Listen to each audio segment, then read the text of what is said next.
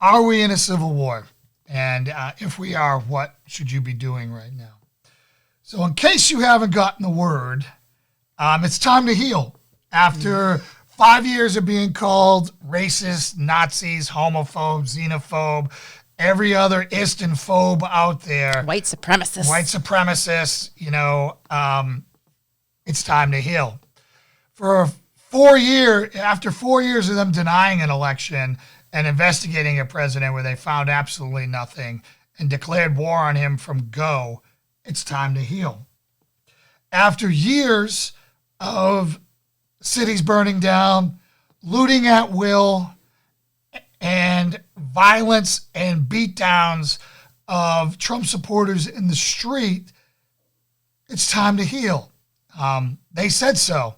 And then they came out and started threatening us with lists and saying that if you supported Trump, we're coming after your business. We're coming after you if you supported him on there, and you'll never work again, and blah, blah, blah, blah, and all these things. So is it really time to heal?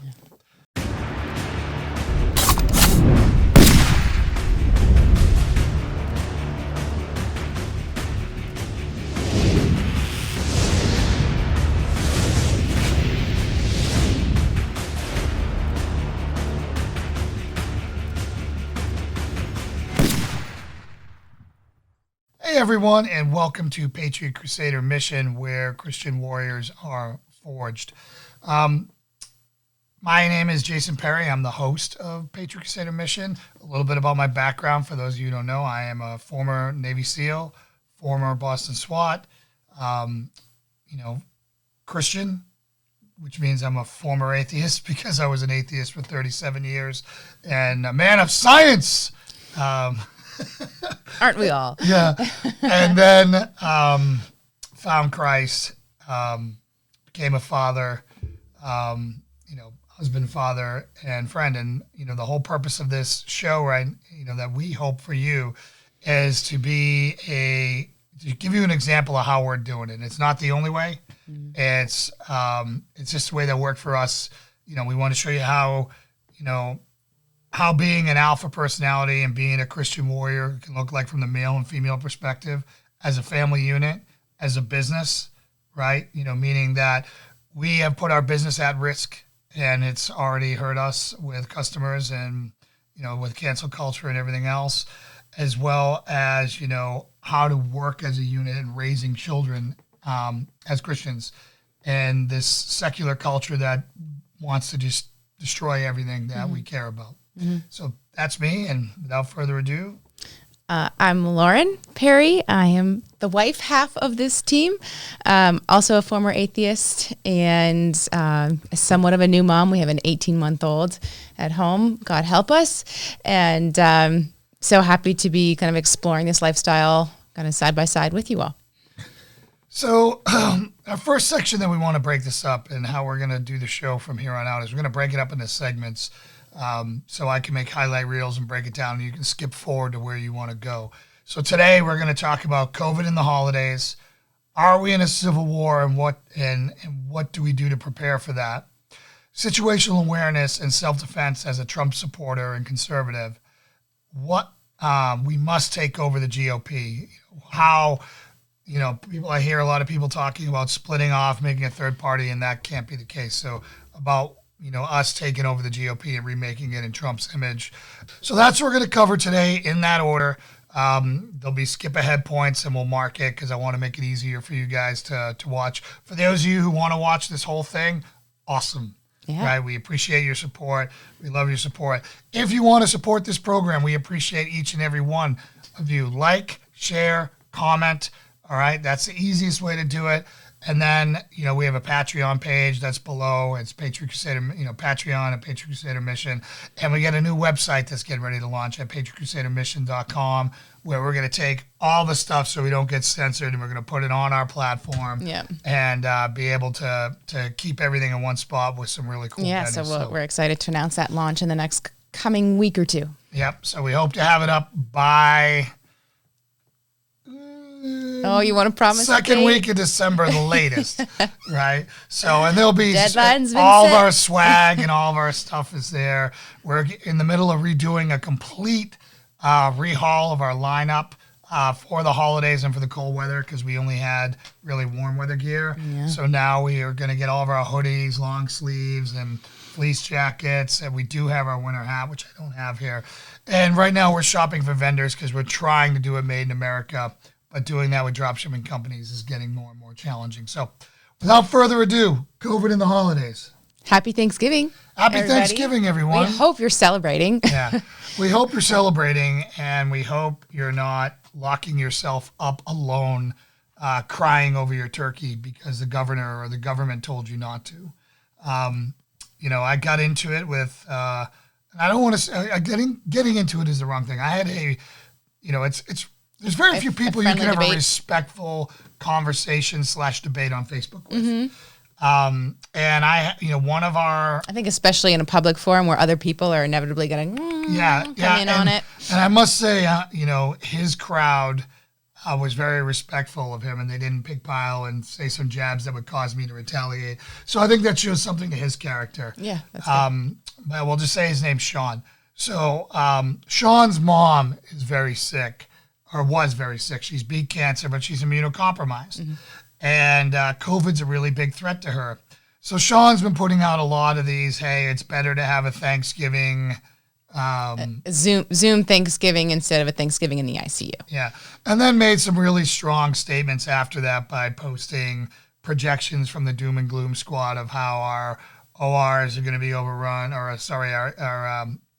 ER. Not ER, our intensive care is going to be overrun by December 15th, and the sky's falling again and all that. And remember, folks, this is coming from the people who were the original, get prepared, this could be really bad. I mean, that we were one of the first, if not the first, out there saying, hey, we called it airborne before anyone.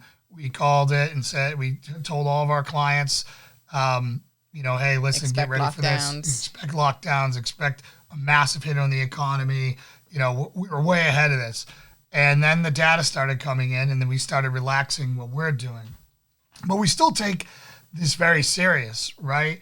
But here's what we can't do, right? The greatest threat to us as a country is not the most vulnerable of us getting sick and dying. We can survive that as a nation. Mm-hmm. It's sad. There will be tragedies.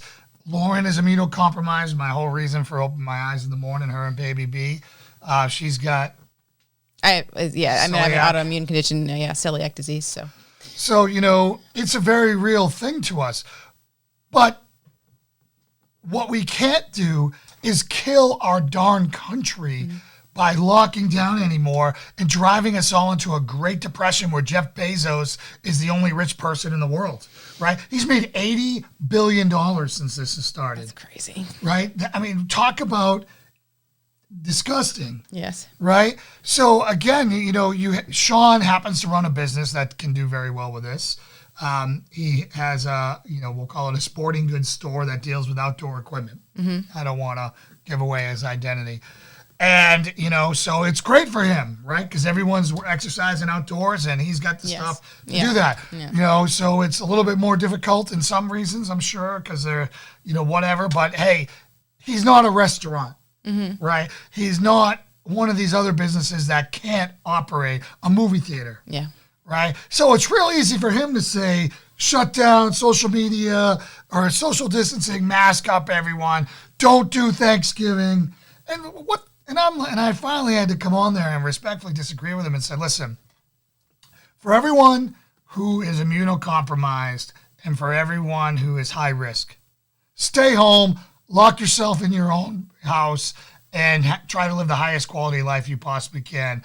If that's your choice. Yes. But don't do that to the healthy people. Don't destroy everyone's life and livelihoods. Mm-hmm. Don't destroy and turn our country into a shadow of what it used to be to protect people who can be isolated by themselves. Yeah. Right? We're talking about a 998% survival rate for this for people under the age of 60. Yeah. Well, and what makes me sad, the the saying is going around, kind of skip this year so that next year you don't have an empty seat at the table, implying that you might kill your elderly with COVID. They're not guaranteed to be here next year anyways. And stuff happens, people. I mean, Jason, if anyone can understand that on a larger scale as far as people dying prematurely and all that, but especially your elderly, we're not guaranteed that time with them. And so now what if you have to look back and say, well, shoot, I gave up this precious holiday with my family and they died of natural causes or whatever within the next year, and there's that empty seat anyways, and now you don't have that memory of this holiday with them. So time is not guaranteed, and I think people are acting like it is by saying, we'll just skip all of this stuff this year. And that makes me really sad for those families. Tomorrow is promised to no one. Yeah. Right? And here's what we're doing, and I think the Texas lieutenant governor said it best, is in order for him, him being an old person, if he was going to sign, I'm not saying people should do this, but I think it would be very sad if we doomed our children, our grandchildren, and our great-grandchildren to poverty and early deaths to protect old people. Yeah, he was saying, I'd be willing to die in order for them to have to guarantee them that future. Yeah. And I just find that there's a lot of people out there who are so selfish because they want to go out and they want to do whatever they can and force us all to suffer to do that. Well, and what's funny is he was ridiculed. He was called selfish. He was put down for saying that, and that's the opposite of selfish. He was putting himself, his life at potential risk for the benefit of others. So, I mean, it really depends on how you look at it. And then, I mean, so yes, maybe grandma's going to be in that chair at next Thanksgiving, but is your teenager who now has depression and has a higher rate of suicide? Exactly. I mean, or who's now hooked on opioids? What weigh the risks? And I think there might be chairs empty at next Thanksgiving for other reasons that you didn't predict or didn't count on, and it's a shame. So, again, this peaceful discussion evolved, and I just really think that people, are over it, right? And they're over it because they're seeing the hypocrisy of the left. Yes. They're seeing, hey, go out and celebrate and protest as BLM and Antifa and celebrate Joe Biden victory without it being called super spreader events. Mm-hmm. But Trump and anti-lockdown rallies are considered super spreader events by the media. Yeah. And then do as I say, not as I do, as we watch every politician on the left get caught breaking their own rules that they're telling us all to do it. And there's a trap here, and there's a really dangerous thing that we need to talk about real quickly wrapped up in this. And thank God law enforcement isn't following it. So a lot of these leftist Democrats, including Cuomo, who said that cops who refuse to arrest people for their gatherings or whatever are not law enforcement officers in his mind or whatever. So again, I'm paraphrasing. So not that they'll be fired or anything, but just saying that they're not doing their duty. Yeah, and it's like, these are the same people who didn't arrest rioters, didn't arrest looters, didn't arrest all these other people. Let them do whatever the hell they wanted. But the number one threat to our society is Thanksgiving and Christmas with your family. It blows my mind that, I understand kind of putting out a general thing of we encourage you to reconsider family gatherings, but the fact that they are putting it out there that you are arrestable for having a family gathering, that just is insane. For any police officer who actually goes out and enforces this, first of all, those of you who are I bleed blue when you cut me. I am as pro-law enforcement as the day is long. And there's a trap in this, and the trap is that law enforcement goes out and starts enforcing this crap. That goes in and shuts down businesses, like I've seen on TV, particularly in some Democrat-leaning places where they're going in and doing crap that makes no sense. Mm-hmm. It's to separate your supporters from you. Who supports the police? Conservatives and people who go to work. Who doesn't support the police? The left. They're defunding you. They're coming for your job. They're assassinating you in the streets. Mm-hmm. This is an attempt to drive a wedge between the police and their last protectors, which are the conservatives. And it's to deprive conservatives, and so they won't call the police because the police will be the enemy. Mm-hmm. Right? So this is another attempt by the left to divide. Yeah, it's an interesting. Right? So for the love of God, law enforcement officers out there, do not enforce this. If you got to go knock on the door, tell them, hey, I told you had to disband and go get a donut, you know, or a munchkin because they don't count. But anyways, you know, do not drive that wedge between you and your public. Let people manage their own risk. Let them manage their own risk. All right. We all are guaranteed in the Constitution to life, liberty, and the pursuit of happiness. We're not guaranteed safety. Yeah. Right. So, you know, COVID and the holidays, I hope that you continue your family traditions. I hope if you have somebody in a nursing home that you can't go get, that you do it through the window and you go that extra mile and you let your great grandma or your great aunt or your grandmother, whoever it is that is compromised, that you find a way to celebrate with them safely. But with your kids and with everyone else, get together, you know, praise the Lord, celebrate, be thankful this Thanksgiving, you know, for all the things that we're still here, that this country is still running and that we haven't devolved into mass violence yet, which is the next topic I want to talk about. Is there anything else you want to wrap up with COVID and the holidays? No, I think, I mean, the whole thing is all about personal choice, and that's being taken away from us. So I hope that you can make your personal choice. And it's okay if your personal choice is for the safety of my family, we can't do it this year. That's fine. And I hope people don't come after you for it. But for the rest of us, I hope that the people who are choosing to isolate don't come after the rest of us who are choosing to not. So it's everyone's individual decision on how they want to do this. Yeah. Right. No one's forcing you to go to restaurants, but I should be allowed to go to a restaurant if I want.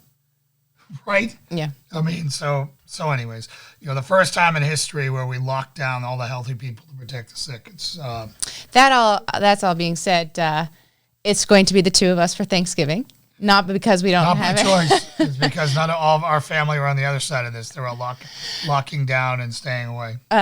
But we are making a meal for 20 anyways. That's right. Leftovers, right? You're going to have leftovers. So again, So you know. say prayers for poor Mama Perry over here who's going to be buried in dishes and under the in the kitchen. I'll do the dishes. Just you do the cooking. The cooking. Yeah. And hopefully, you know, I'm able to keep Baby B safe. Yeah. Yeah. Speaking of, you want to talk about it? I don't know if any of you saw the story on our Instagram, Facebook page yesterday. And MeWe, I posted on MeWe as well. She had a run-in with our brick hearth. She has a tendency to headbutt things, and she chose the wrong thing to headbutt. She tripped and fell, bang, right into the edge of that. And she's got a nice little bruise. It was all swollen. Didn't even look like her yesterday. But they heal fast, those little buggers. I mean, she's already looking better. Faces heal fast, and the swelling went down. I thought she was going to at least have one black eye. But she's good. Bruise is going away, swelling's going away. So and she was a trooper. She cried for like a minute, and then she was as happy as she could ever be. It just broke my heart for anybody. It's hard to look at her.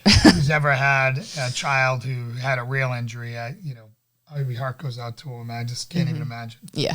You know, the hell I put my family through with all the injuries. Your cut off toe from your bike. My we can deal with a bump and a bruise, but oops. Broken bones and concussions and stitches and everything else, being a knucklehead.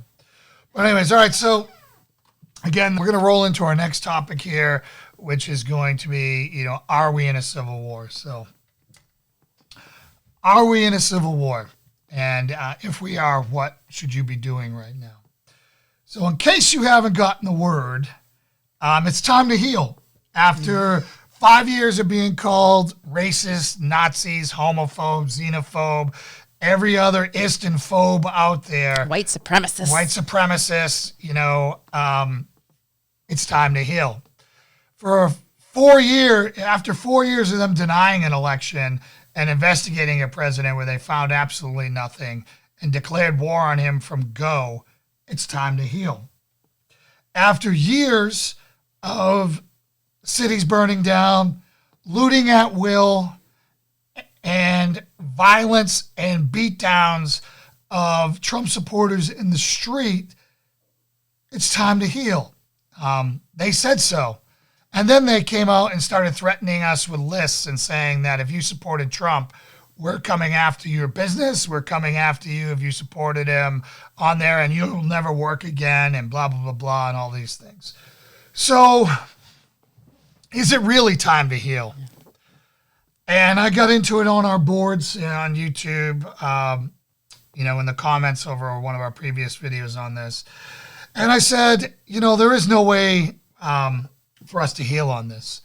Well, and it's not, it's the whole message of let's unite and move forward and all this stuff, but it's not really, because that implies that there's two sides mutually coming together in an agreement. But no, it's everyone on the right has to now accept and love everything about the left, and that's how we're uniting. Right. It's nothing to do with the left accepting anything about the right. We cannot accept pro-life and pro-choice or pro-murder are not going to ever coexist. No.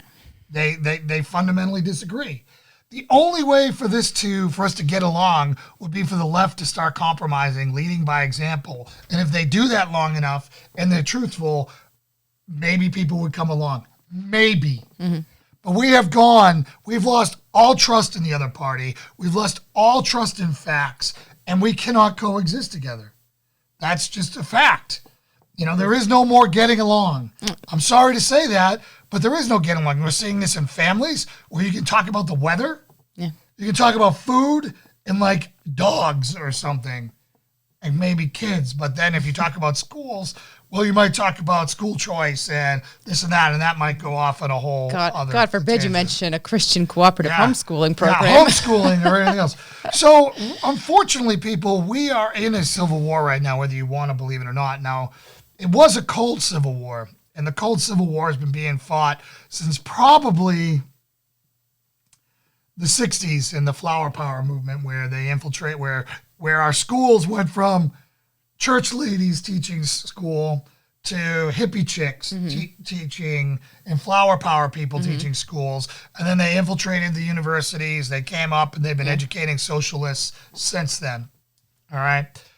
We really saw this happen during the Bush administration, right? The George Bush, W. Bush administration, where it was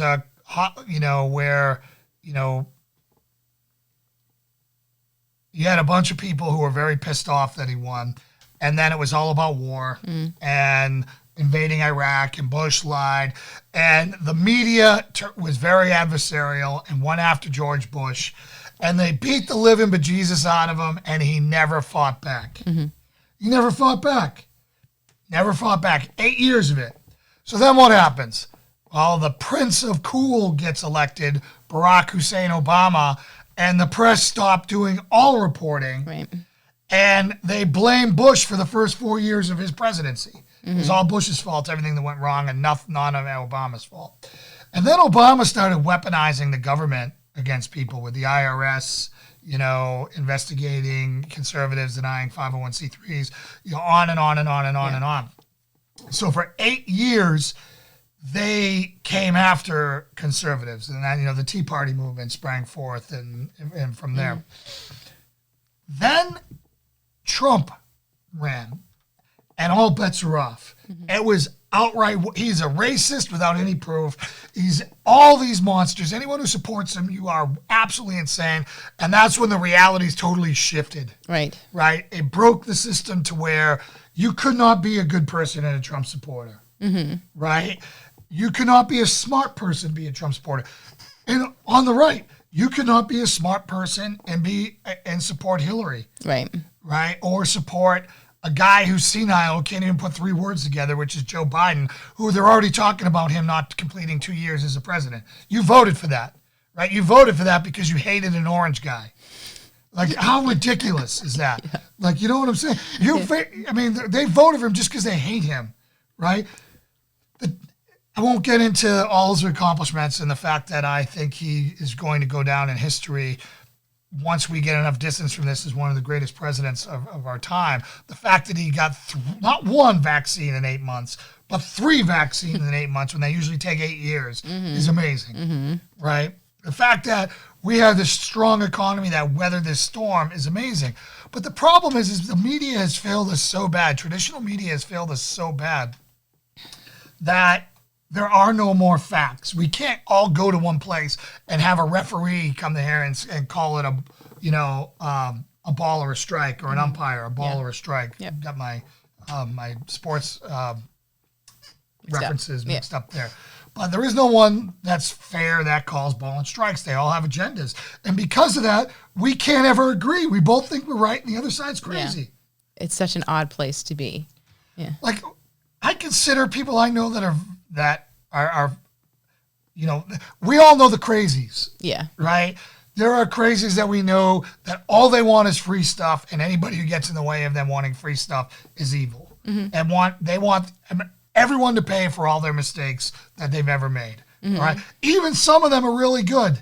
Like they had a kid, and that kid has special needs, and they want the world to take care of that kid instead of them taking care of that kid, right? That's noble. I get it. But that's not the deal. Yes. Right? So the crazies, I get it. We're never going to win them. But the fact that there are rational people who vote on personality instead of policy, Christians that could vote against Donald Trump, I don't get it. Well, and I think that it's not, in their minds, it's not just personality, because they are being fed a different narrative about the policies or about accomplishments or lack of accomplishments. So they think that they are voting against a person who's done things that they don't agree with, not just who's said things. How can you vote for a racist because they're being told he's a racist? Like, that's like the number one pushback. Trump's not a racist. He's the furthest thing from a racist. He's done more for the black community than most black people have done for the community. The guy's freaking, he's a solid, good dude. It's just disheartening to see what the propaganda machine, owned by China and by leftist extremist billionaires like Soros and everything else. If you do exclusively, for 24 hours or for a week or whatever you can tolerate, go and watch that mainstream media kind of news cycle, you can start to understand why that large group of people believes what they do, because that's literally all they're getting. And if you don't go and explore outside of that for other answers, other explanations, they think that they're voting against a very, very bad person. So that is where, during the Obama years, and Ferguson gave birth to the riots that we hadn't seen since Rodney King, which was in the 80s, you saw the Cold War, Cold War is preparing, escalating in propaganda, just demonizing the other side, dehumanizing the other side. And that's been the Cold War that's been raging since forever. But under the Obama administration, it turned kinetic. It turned physical. And then you really saw it built up there where they went after the police, they demonized the police, they delegitimized the police, that the police, if they went out and enforced this, they were racist and they were oppressors for stopping looting. Right? If you see 30, people who happen to look one way looting a store, if you arrest them, they're racist. Yes. Right? They need to let that rage get out. They're justified in that action. Yeah, they're justified in that action. Yeah. Right? So that happened during the Obama administration. And then during the Trump administration, what we saw from the left, and again, in all Democrat-controlled, Democrat bastions, every place where you look where they've had Democrat control forever, this is what happened.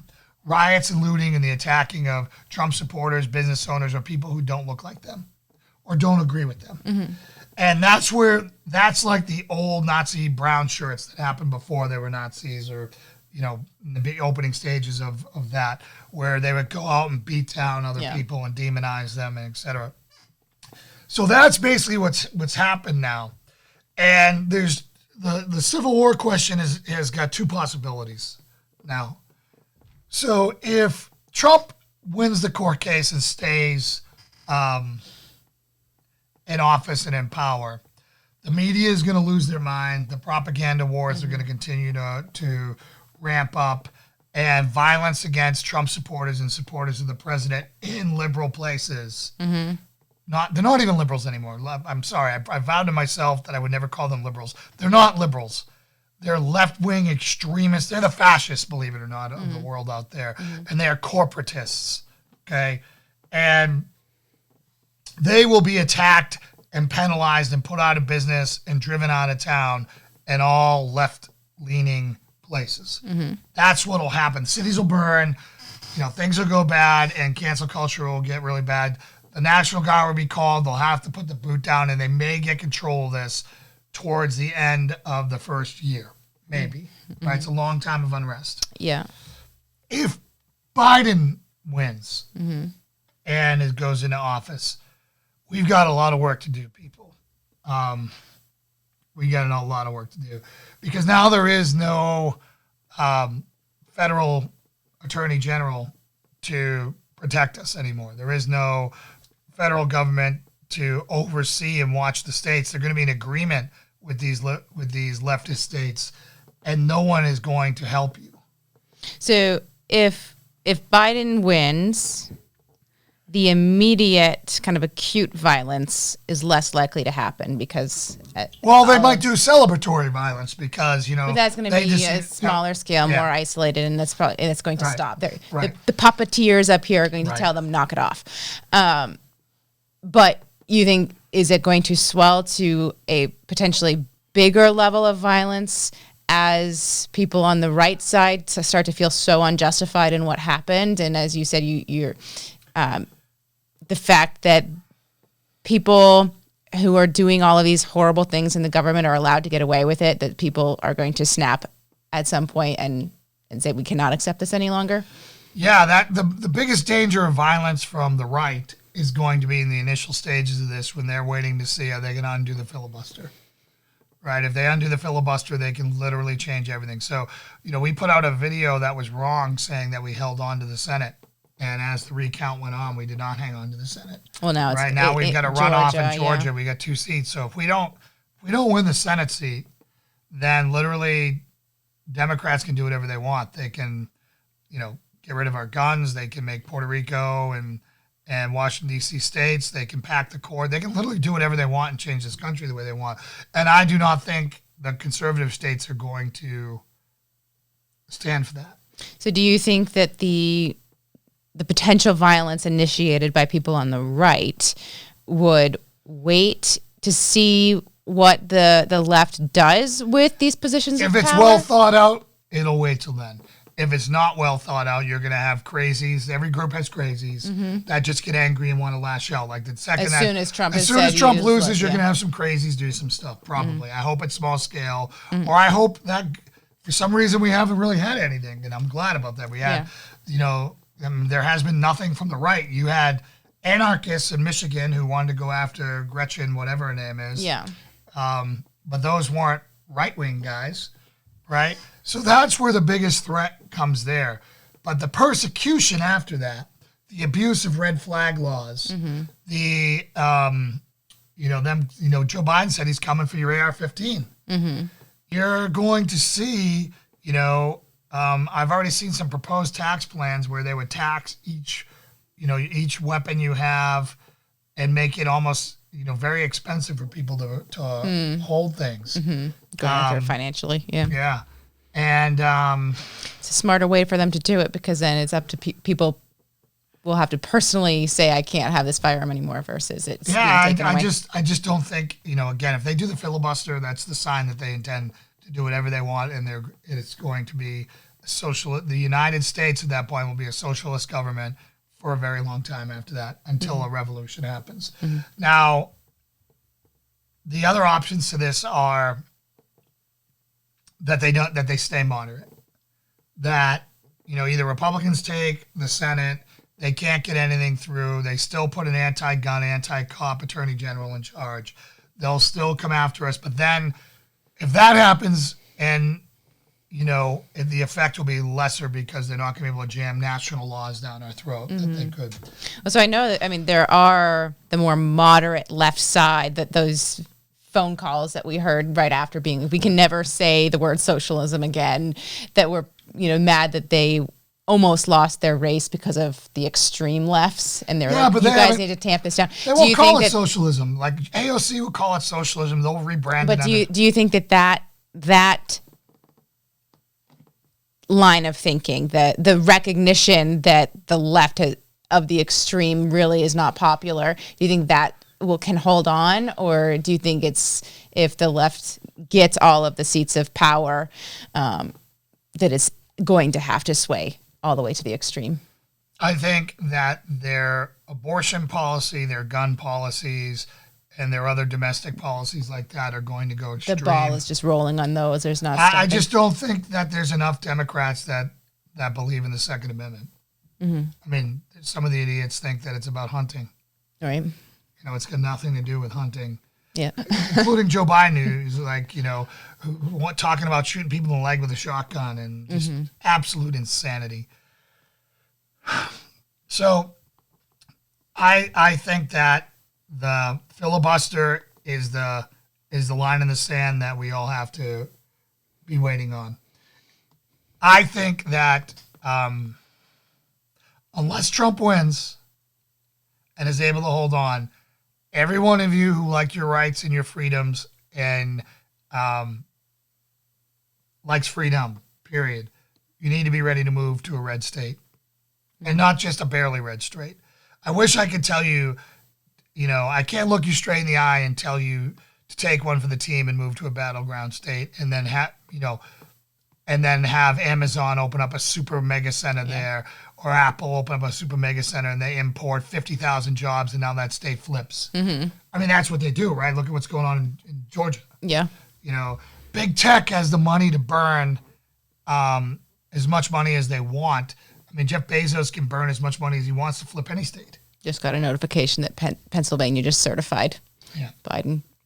So again, you know, pick the deepest, reddest state you can go. You know, I wish Texas wasn't such a hot desert because that's where I'd be going because they have in their constitution. You'd be going to South Dakota. Yeah, South Dakota's another one, but you know, it's not a probability, and it's still remote, but there's a possibility that we may separate, like the states may separate from the federal government. What is that's a whole conversation in itself. As far as what is that, how possible is that for states to do? What needs to happen for a state to say, man, no, thank you anymore, we're good? I know that Texas had wrote it into their constitution, and they can secede.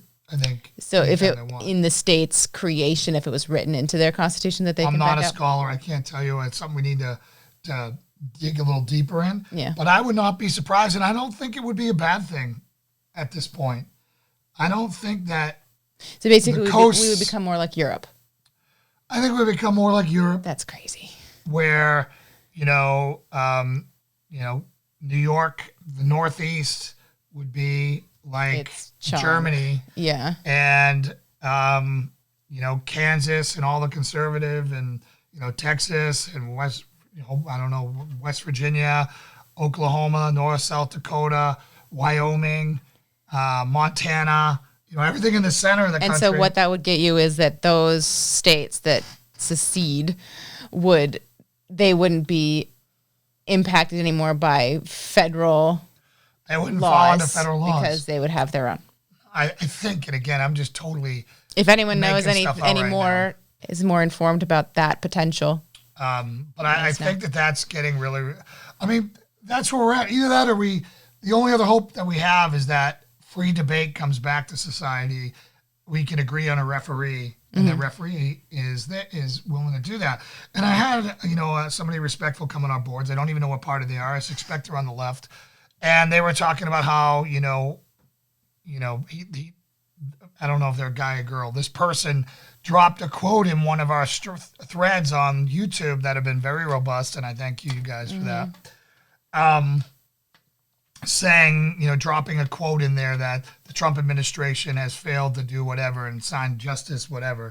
And I said, hey, listen, if you want to win over anyone from the right, you're probably not going to want to use the crux of your argument being a quote from an Obama-appointed judge. And their thing was, we have to believe that the courts are neutral, the end-all, be-all. And I'm like, I go, how so?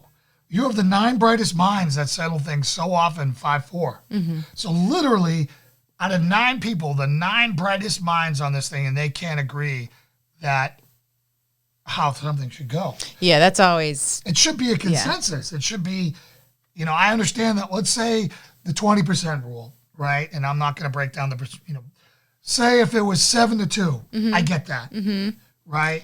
But when it always goes party lines. A super majority, and it always goes party lines. And that's where we are as a country right now. We're 5-4. And we're the 4 side.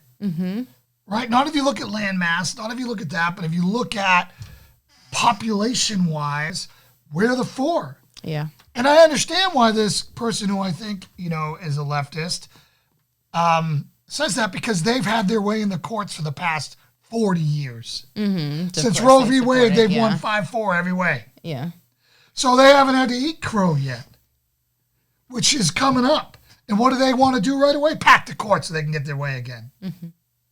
Right? So I don't think you can do that. I think that is the flaw, is that we've given up legislation, smart legislation. We've empowered the courts to decide everything, and it goes down to 5-4. Those people, as soon as, if any of these Trump lawsuits come through, go to the Supreme Court, and the Supreme Court rules in Trump's favor, they're immediately going to say that was politics, not a neutral judge decision. So, I mean, that argument is going to go right back in their face. It would be 9-0 every time, or 8-1 every time, if we appointed constitutional judges, meaning that the Constitution says what it says, it doesn't say what it doesn't say. If they're all Amy Coney Barrett's in there, then you'd get what the Constitution is for. Understanding the original intention, the way the law was written, that's the way it is. It's not a living document that evolves with the times and doesn't. No, the laws were passed for this. The Second Amendment was written after overthrowing a dictatorship called the British government. Yeah. Right? So they wrote that. It was so important for them that they put it as the second thing they literally did, the right to keep and bear arms, to make sure that the people could rise up and overthrow the government if anything should happen. And they didn't limit it. They didn't say you couldn't own a cannon. You could own the best thing at the time, which was a musket and a pistol. Right? You could literally order the best thing. They didn't say you couldn't have this, you couldn't have that. You could own a warship if you wanted to. You could own an aircraft carrier. That's where it was. Yeah. Right? I mean, there were private ships out there with cannons on them. Right? So again, it's really a scary time. So I know I've been rambling on this subject. It's been on my heart and on my mind for so long. So what do you do when you're in a 5-4 society? You have to split off. And that makes me sad. I mean, I've dedicated my whole life to serving this country. But I get it. It's better than, I don't like the fact that me having my firearm the second I pass over a state line, I'm a felon. Yeah. Yep. Well, it's crazy. So maybe we need to be our own countries, and that states are their own whatevers and all that. I know that it opens up a heck of a lot of problems. Yeah. Can't even wrap your mind around it. But what's to stop China from taking over California? Yeah. And being that close to us. So now if it was because of national defense. Yeah, what would you even do about military and national? That's crazy. So again, I wish I was more educated on this, and this is stuff that we have to dig deeper into. So what it is that you need to do, you need to be prepared to move. Look at West Virginia, Kentucky, Texas, Montana, Florida, although that's a battleground state. Well, and we've been talking because we're right next door to West Virginia, and we have a lot of acquaintances and friends who are strongly considering a move there. But that's kind of gone back and forth, blue, red, as when we've been talking because of unions. They're the blue collar blues, not true liberals. And so, but do you feel like West Virginia is a safe choice politically? When I look at them and I see 68% Trump, but I know they're voting for their jobs there, I don't know where they are socially. I don't know, are they God-fearing, pro-life, pro-Second Amendment state? Yeah. I don't know them enough. Based off their vote, yes. Now, the parties have swapped again, right? We were the working man's party, and the Democrats weren't, right? We were the Republican Party, freed the slaves, the party of Lincoln. And then somewhere along the lines, the parties swapped, and they took over the unions, and they became the working man's party, and then Republicans became the white collar party and were big business. And now in the age of Trump, it's swapped again. Yeah. Right? And it's swapped again. And now, Trump's number one campaign donations came from people like me and you. Mm-hmm. And whereas Wall Street and big tech all funded the Bidens in Hollywood. Yeah. So I know this, that West Virginia better be red because the Democrats are never coming to help them again. They don't need them anymore. Yeah. They don't need them anymore. They're the dirty coal, fracking, place. They don't need them. Mm-hmm. And that's going to be devastating in that state, unfortunately. Well, they might be getting an influx of people moving there, which will help. Yeah.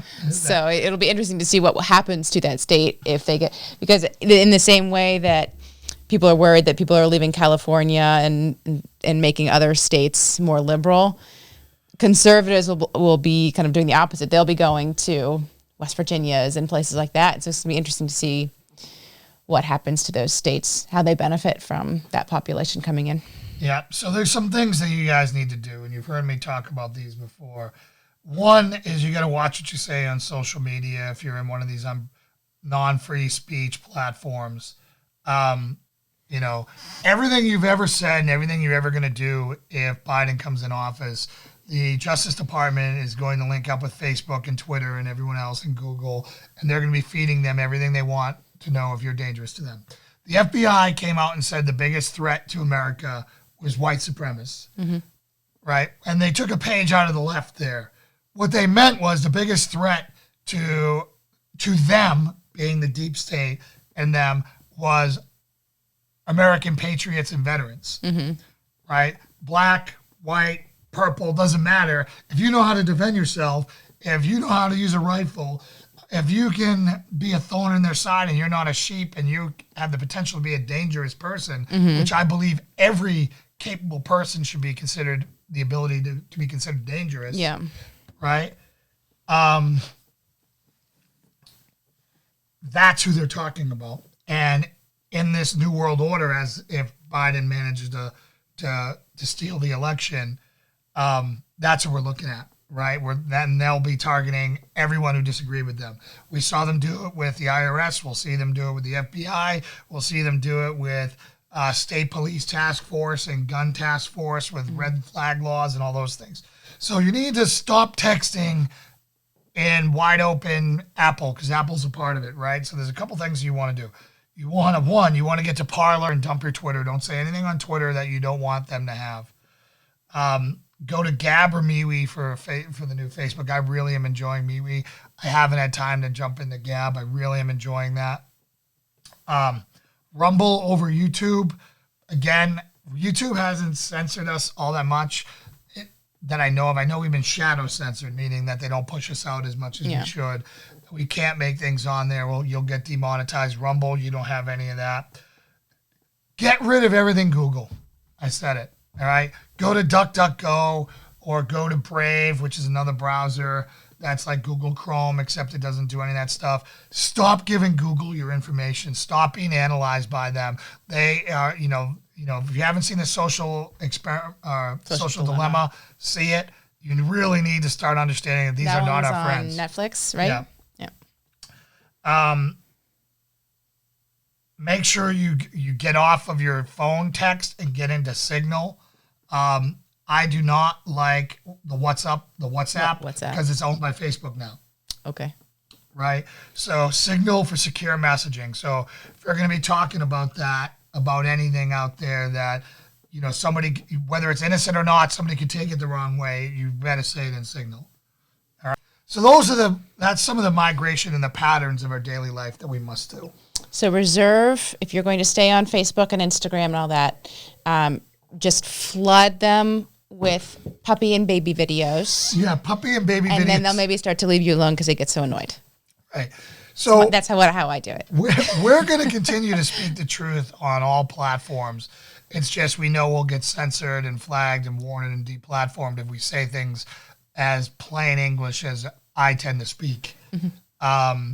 So I'm expecting that, but we're going to maintain them as long as we can because that's where everyone is. I mean, we got 470 followers on MeWe right now compared to what we have on other platforms. It's not really all that much. Now, if we all go there and we all do this, that's great. All right. So the next thing I want to talk about is situational awareness and self-defense as a Trump supporter or conservative in 2020 and beyond. I've been seeing crazy violence against Trump supporters out there. I've seen cancel culture hit us really hard. I've seen friends who have had to take their American flag off of their house in an American neighborhood in the city because they didn't want to brick through their window. I can't even fathom that. An American flag, not a thin blue line flag, not a Trump flag, an American flag is now considered bad. Well, it's sad that when you see something with the flag, you assume that you know what party posted it on anything. I made that picture of baby B, and she had the flag draped over her, and I said something about who are you fighting for, and I was clearly, in my mind, because she had the flag, I was implying that it was the right fighting for their country. But you were like, you can't really tell whose party that was talking to or what you're fighting for. But I was like, oh, well, if she has a flag, I assume that people would know. That's sad. Yeah, it is That's sad. really sad that in my mind, I didn't even think about it. Right. So if you live in a deep red place, none of this applies to you unless you're going somewhere where you're going to be outnumbered. But if you're everyone else who happens to live as the only cowboy in all Indian country, or you're behind enemy lines, you need to become a gray person, or gray man is what we would call them. And that means that nobody should know who or what you do or what you think easily by looking at you, right? So no Trump stickers on your car unless you want to get into a fight. Yeah. Well, I mean, so there's the safety side of this. And then there's what we're going to be talking about, the being true to yourself part. And so you have to weigh that. I mean, and we've kind of been on both sides of that coin. Right. But what I'm saying for the average person who doesn't want to be in a fight, if you are not seeking conflict, right, and if you got a car full of fighters with you and you don't care, throw a Trump magnet on your car. Magnet instead of sticker, because you can take it off if you need it. And when somebody does something, get out and defend your freedom of speech if you want. But what I'm trying to say is, right now I've seen enough Trump people getting beat down. I've seen people, enough people knocked out from behind. I've seen, horrible things, people getting stomped getting curb stomped. That people need to understand that this is a bad world we live in. It's a fallen world we live in. It's getting worse. Yeah. And they need to start looking at crowds and seeing what they should be seeing. All right. And some of this is going to sound terrible, right? And I'm going to apologize to you right now. But this is reality, and I owe it to you to give it to you straight. So if you're wearing something that says that you're a Trump supporter and you're walking into a crowd of younger people dressed in all black, some with purple hair, blue hair, green hair, and steel running through their face, you just made a big mistake. All right? You just made a big mistake. That is a crowd that you should not be interacting with, unless you have enough numbers on your side to make sure that they're going to stay behaved. If you're a Trump supporter and you're walking into an all-black crowd, you have made a mistake. I watched a dude get hit in the back of the head by a black female who came in and suckered in. He, of course, pushed her, and then that's when as soon as he turned his back to her, they all jumped on him and started beating on him. All right, that's just the world we're in. BLM and Antifa are terrorist organizations. Terrorist organizations that are designed there just to hurt you, inflict harm, and silence you. That's what they're all there for. So understand that when you go to a Trump rally, like when we went to our Trump rally, it wasn't an accident that nothing happened to us. We rolled in there. We did it right. We parked far outside of town. We took the train in, right? Rented a car, 4x4, parked at the train station, took the train station, showed up in sterile clothes. You couldn't tell who we were back in. Had backpacks with all of our patriotic gear on. Once we got around enough Trump followers, we jocked up. And then we started making allies right away. like mutual aid agreements that we talk about for homes where, hey, if you get attacked or we're going to come to your aid, you're going to come to our aid. That was the same exact thing. We're going to stay around each other. You know, you can do what you want, but just keep an eye out for one another, right? So we did that. We stayed on the main thoroughfare. We stayed within eyesight of the vast majority of police and around other Trump supporters. Do not count on the police to protect you. Yeah. They are letting people get the crap beat out of them. Why? Because they work for liberal mayors. And liberal mayors are telling them not to do anything, to not get involved. So a lot of people think they're going to be able to run to the cops for help. Maybe. But your fellow Trump supporters will back you. If you go up to a cop and ask for help? Yeah. Yeah. Maybe. I understand that they are standing back and watching a lot of stuff happen. But if they get a direct request for help, like in person, do you think that they would ignore that? I think they may, depending on the cop, if they're feeling brave or not. They should, right? They should. You know, but they're going to look at if it's mutual combatants fighting. Like I've watched time after time these liberal run police departments. The cops are good people, but the people who are in charge of them are not. And instead of allowing the Trump supporters, or what happened here in Charlottesville with the hate groups that came here during the whole statue. And they kind of forced them together. They forced them through BLM and Antifa and the riot, and that's why all the violence happened. They could have just said, go on the other side of us and get out of here. Yeah. But instead, they are inviting violence by forcing them through things. And that's a really big problem. So again, one of the tactics that they're all doing is when you're in a group, you have to stay within touching distance of the group. You have to get back-to-back, form a circle if you think you're going to be in a fight or you think you're being found. Because what's going to happen is someone's going to come up and push someone from behind. That person who's from behind, they'll typically choose an alpha personality or someone who they think they can goad into action, turns around and then moves towards him. And what happens is their followers, the bad guys, then close ranks, and you're cut off from the other side and they beat you down. Yeah. You can't let that happen. If you're going to go after them, you have to go as a group, right? Or you got to get a hold of them and pull them through your line, which is basically what they're doing, right? Yeah. So see the people that you're seeing, right? A lot of people, we cover this in our self-defense class. When you're walking down the street, if you see somebody walking towards you and your body's telling you, you get that feeling of that person's creeping me out for whatever reason, cross the damn street. Yeah. And a lot of people have let their conscience get the best of them, and they end up having their life forever changed because they didn't want to appear to be racist or a phobist, whatever. Women are even more susceptible to that. Oh, I don't want to hurt their feelings. Right. And it's absolutely ridiculous. And the way I break this down in my self-defense or my active shooter course is this.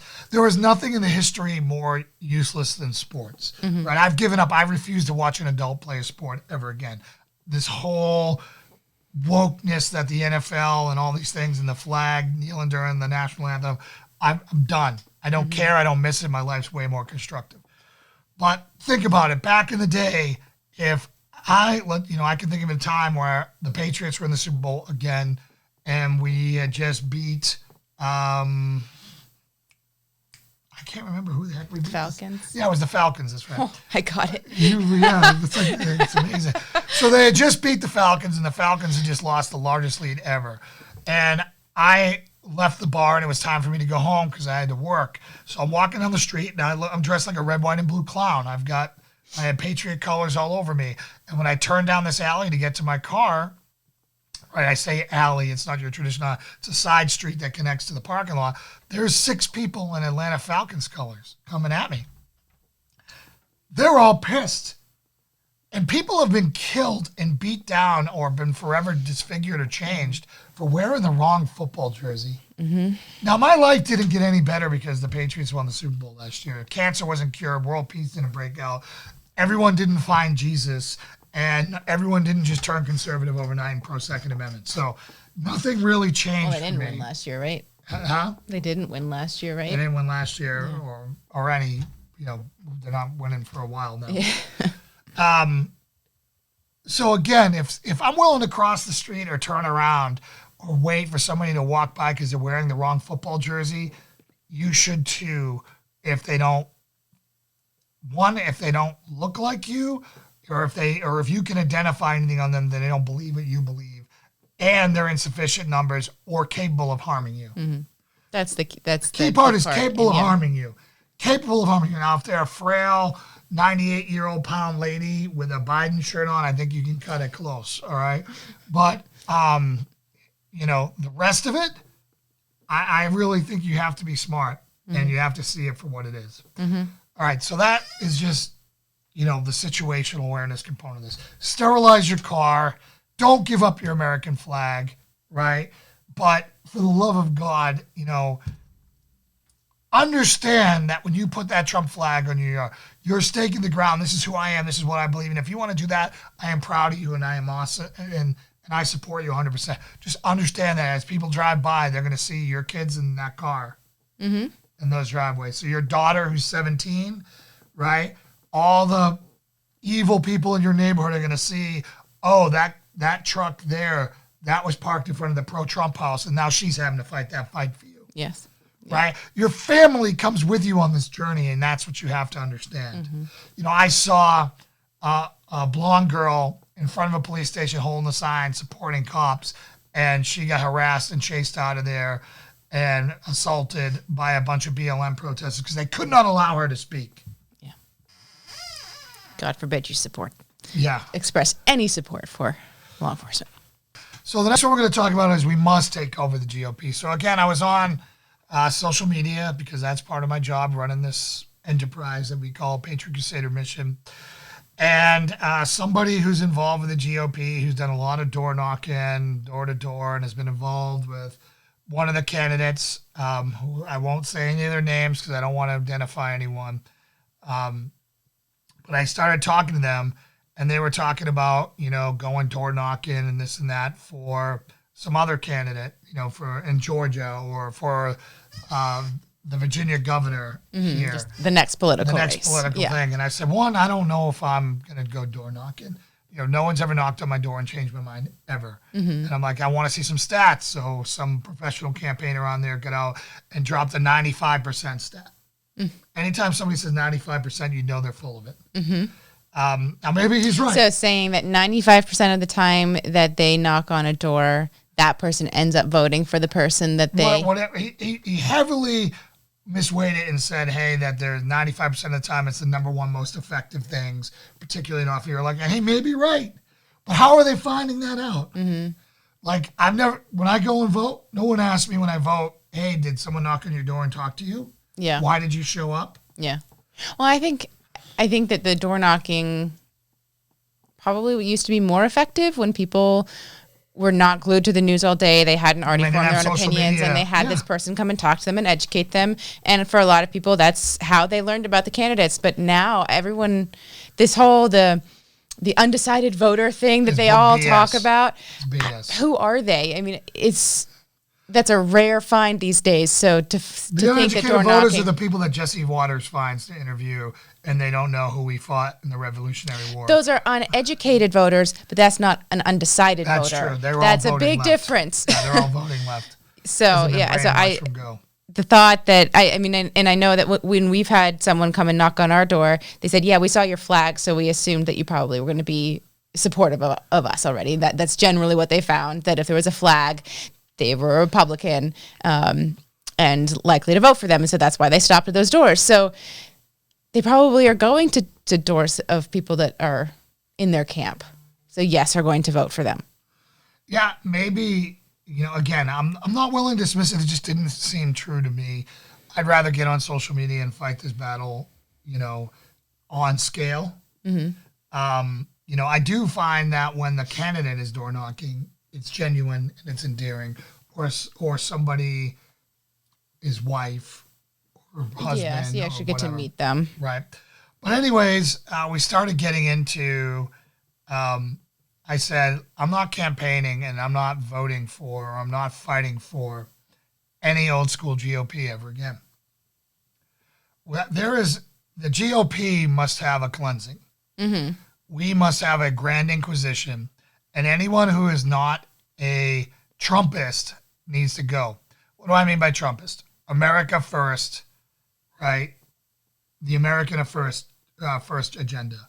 I don't, it's just easiest to say Trumpist. But if they don't have an America first agenda, they're out. I don't want any more corporatists.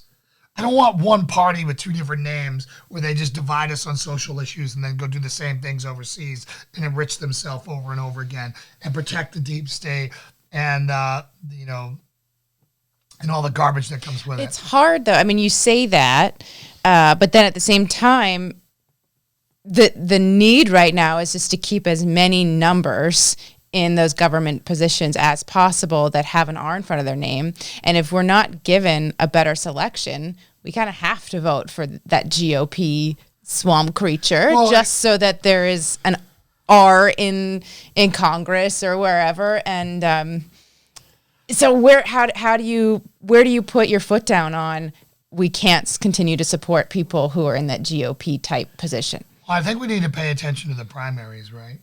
And I think we need to sit there and say, if you're a Republican globalist, I want no part of you.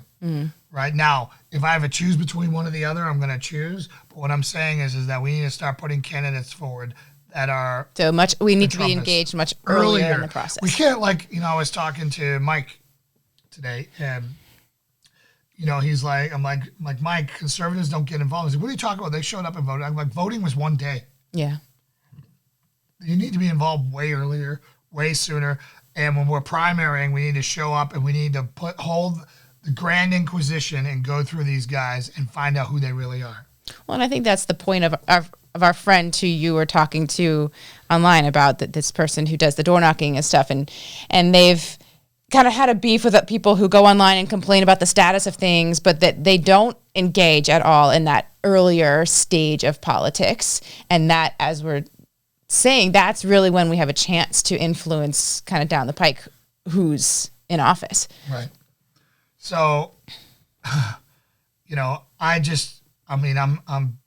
couldn't be more serious on this. Like, there is no more, I'm not a Susan Collins fan. I'm not the Murkowski in Alaska. I'm not they don't get it. And I get they're in a purple place and they're trying to hold on to power and whatever. That's fine. Well, and these Republicans now who are coming out and saying, give it up, Trump. Yeah. Who was that? I mean, I just saw a commercial with Susan Collins basically calling him on him to do it. Yeah. Yeah. So it's like, again, they're the first traitors amongst all of us. So are they worth even having? And my answer is no.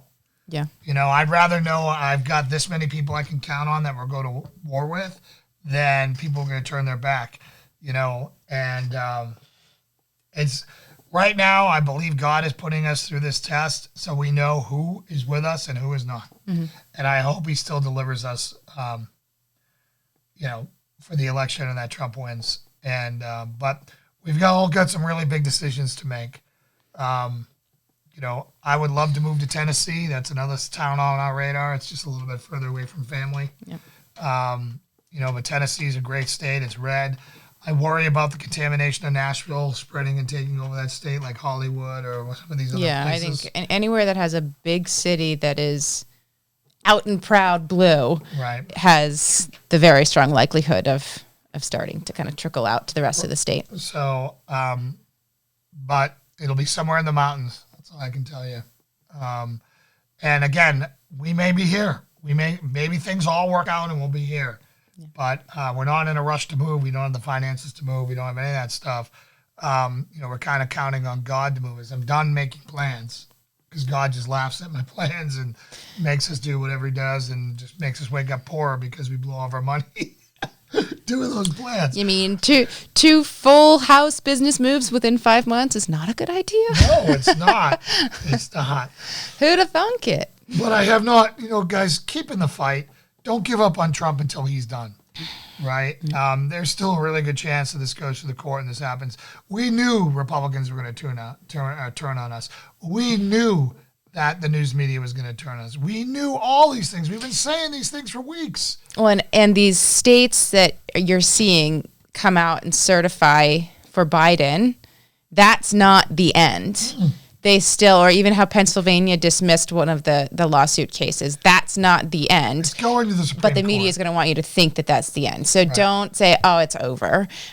it still could not go in Trump's favor, but it's not the end. They have not exhausted all the avenues, and the big guns are still out there. So. Yeah, and so the last thing I want to end on is Tucker Carlson. So we got to be careful, people, because let me tell you something. I can't stand snowflakes, right? We all made fun of snowflakes for the past 8 years, and some of the biggest snowflakes I've ever seen are Trump supporters. If somebody who has called it straight and done good stuff for a long time says one bad thing about Trump or someone connected to Trump, instantly people are crying and calling him all these names. Last night, Tucker Carlson went to war again with everyone on the, trying to, about this election, how Google and tech companies stole this election. Mm-hmm. And he did not, and he gave Sidney Powell like some respect and said, hey, listen, I think we should investigate every one of these accusations as long as it takes, as much as it costs until the end. Mm-hmm. And then we need to get rid of our system and go back to the old way of voting that served us so well for hundreds of years. Mm-hmm. And it just really bothered me to see how intolerant we have become to anyone pushing back occasionally on what we say. So, I'm going to look at his complete body of works, and that's how I'm going to judge him. Yeah. Not, because I don't want right-wing propaganda. I don't want Sean Hannity telling me stuff I already know. Mm-hmm. Like, I don't need that. I want to be educated. I want to be educated. I want to learn. I want someone to poke holes in my beliefs to see if I still believe them and to reaffirm them so I get strengthened in my beliefs. Mm-hmm. If I said that right. Yep. So anyways, I've been looking at Breitbart. I've been looking at Newsmax, One America News. I've been looking at the Epoch Times. I still watch Tucker Carlson. I still watch some things on Fox News, but I'm going there less and less. And and Steve Bannon's War Room is amazing. So, and then all the other amazing Ben Shapiro and all the other amazing people out there doing stuff. Dan Bongino. Mm-hmm. And then there's just so many channels out there putting truth out. I know that this is a dark time for big media, but right now we have the freest, most amazing press on social media that you can imagine off of some of those other platforms. Yeah. We have citizen journalists that are not tainted by sponsorships and not tainted by corporatists telling them what to say, getting out there to report. And that's really the media today. Mm-hmm. The media isn't ABC, NBC, CBS. It's not them. It's not. Yeah. It's not even close. It's the citizen journalists out there doing it. And that is exciting to be a part of. For sure. And just continue to, as you take in all that information, continue to parse out what is opinion and what is journaled fact or evidence-based investigative what is journalism. Evidence? So, both things are great and people's opinions are great, but don't take opinion as gospel. Right. All right, everyone. That's going to be it for tonight. I'm going to pray us out. Dear Heavenly Father, Lord, we come to you now. Our country is torn asunder with the strife with the election. We ask that you would bring the truth to light, Lord. Expose every fraud, every false ballot, every mistruth, every lie, Lord. We ask that you deliver us from this these untruths that have torn us apart. Lord, we ask that you protect each and every one of our families. We ask that you protect our nation, Lord. We ask that you protect our president and give him the wisdom to bring us to this. We ask that you protect our first responders at home and our troops overseas. And we pray all these things in Jesus' name. Amen. Amen. All right. Thank you, everyone. God bless you.